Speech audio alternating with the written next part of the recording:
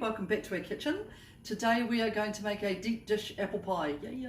It is apple season, and shout out to Auntie Jean and to Uncle Harris, because we went and raided their orchard today and got their beautiful, delicious, organic apples. So I'll be making an apple pie for you in your deep freeze, just for that. We are going to make this deep dish apple pie. It's a favourite here in our family. It's a bit of a pain to make the pastry and things like that and to roll it out, but it is worth it. It is absolutely worth it. So I have got the ingredients for a large pie. Okay, so I'm not going to tell you what they are, but just how to mix it up, and then right at the beginning when you look at the blurby thing that Brooklyn writes, she'll have all the recipe there, all right? So just trust me on this. So I've got my butter here. I've got half a block for my family, and I am putting in a cup of, that looks like heaps, a cup of raw sugar. You can use white sugar if you've got white sugar, and I'm going to beat it up. And check this out, look at that, vanilla bean, the expensive stuff. That's because I didn't buy it, somebody else bought it, and I'm happening to use it. So I'm going to chuck some. Look how gorgeous that pure extract is, because I get the cheap stuff. And I'm going to beat that up. I'm going to beat it up until it's nice and fluffy. Okay, so it'll probably take about 5 minutes, and then I'll show you what that looks like.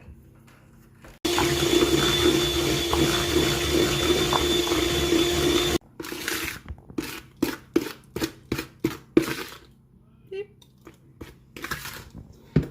Right. Okay, right. Sorry, I wasn't sure whether Brooklyn was filming or not. Okay, so you can tell the difference when you're mixing your butter and sugar and things, because it goes a lot lighter. It goes a lot lighter and a lot fluffier. This one I probably used the wrong sugar because it's still pretty grainy.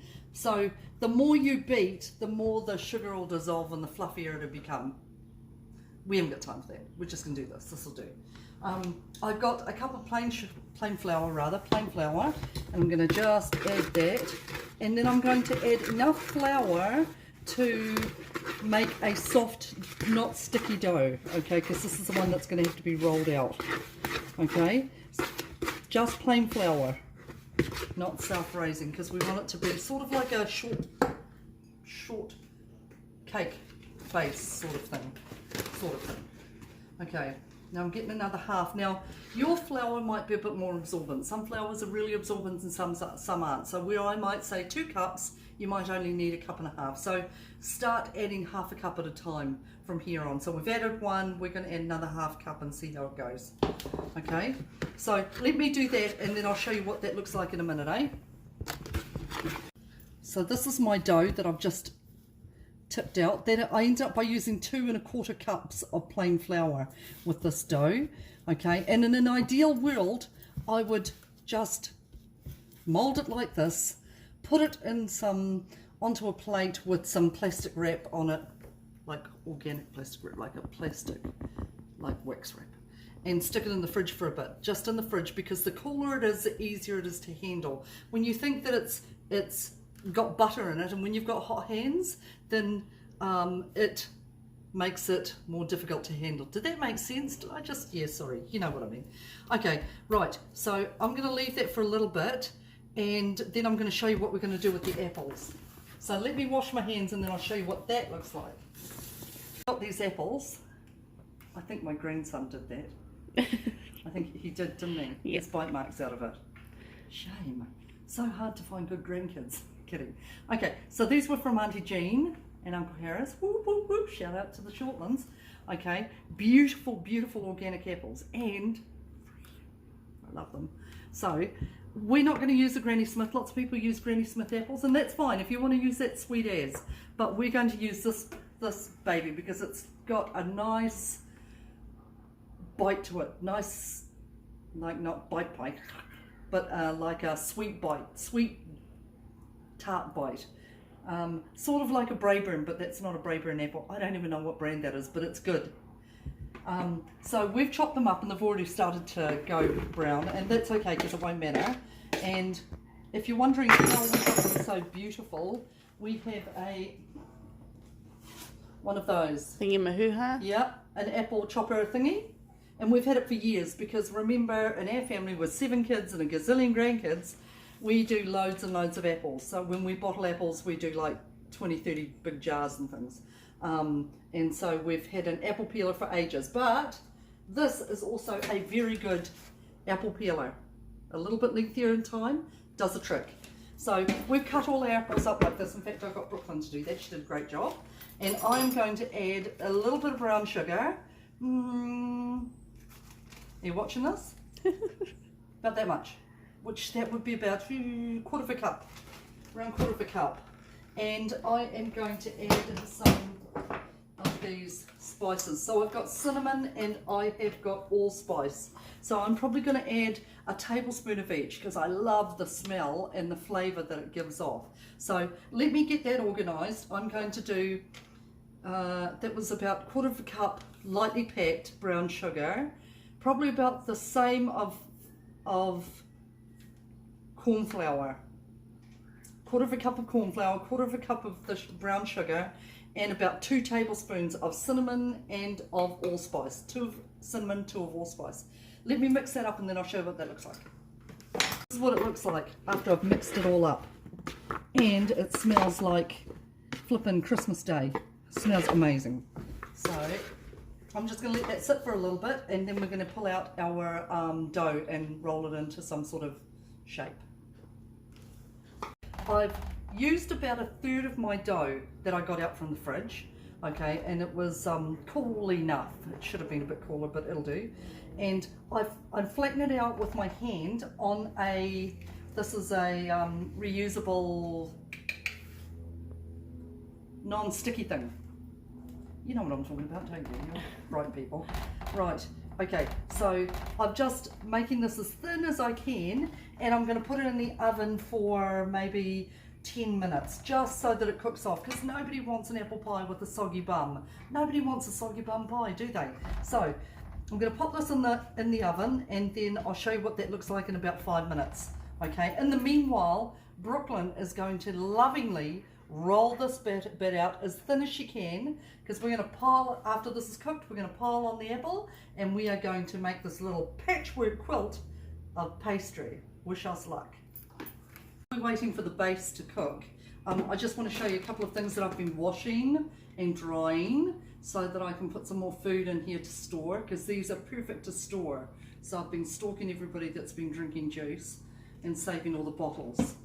Don't forget when you're storing your food and things like that to put a bay leaf in there. It just keeps things like weevils out. Weevils are gross.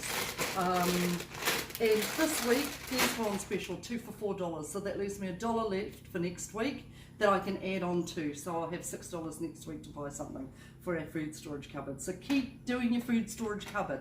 Even though things are starting to even out with the pandemic, apart from France, sorry about that, you French people, then just in case, you never know what's going to happen.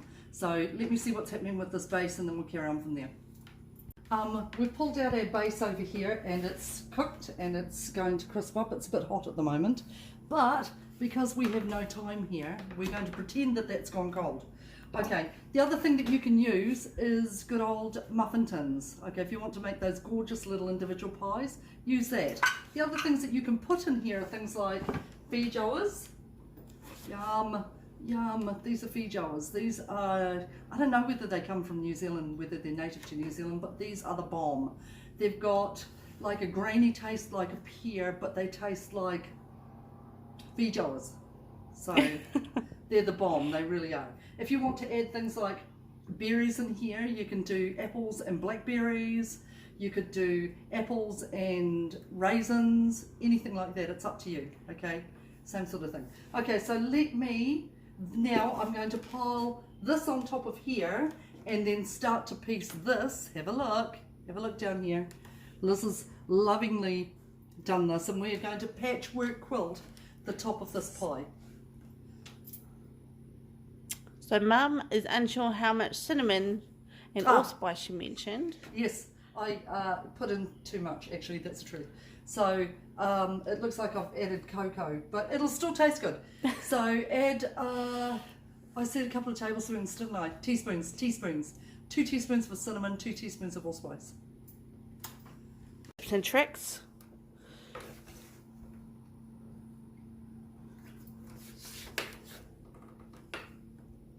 So don't forget to flour your bench, and then afterwards we're just going to piece it all together, okay, and make sure that the base is sealed, otherwise all that juice is going to come pouring out, which it probably will because it's reality TV.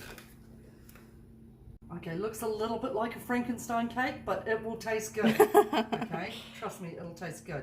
And then once you've like, if you want to, you can chuck a fork around the outside as well to sort of press it down a bit more.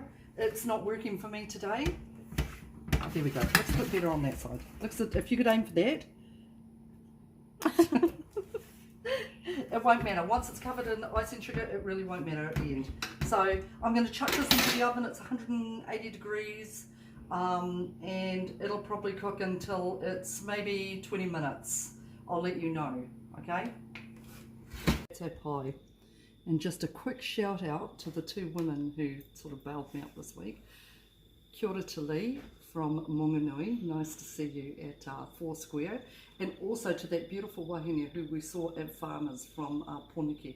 Kia ora to you both. You might be thinking, it's night time. It is. Brooklyn had to whip off to a meeting, so we had to sort of do things a little bit backward. This is another pie that I made for Auntie Jean and Uncle Harris. So I just got this out of the oven. It cooked for about maybe 25 minutes, and I had to turn it as well to make sure that it was evenly brown. And then I just chucked some icing sugar over top of it. I also made some small ones for them in the muffin tins, just so that they can pull out individual ones rather than pulling out a big pie. Our family, stay there, massacred this pie. But it turned out really, really well. It's nice, and if you can hear, nice and, no, you can't hear that, but it's nice and crisp as well. And the apples are cooked, just cooked, but they're really good. So can you see that? It's quite crispy. So that's like a real shortcake. I'll just try it just in case it's poison.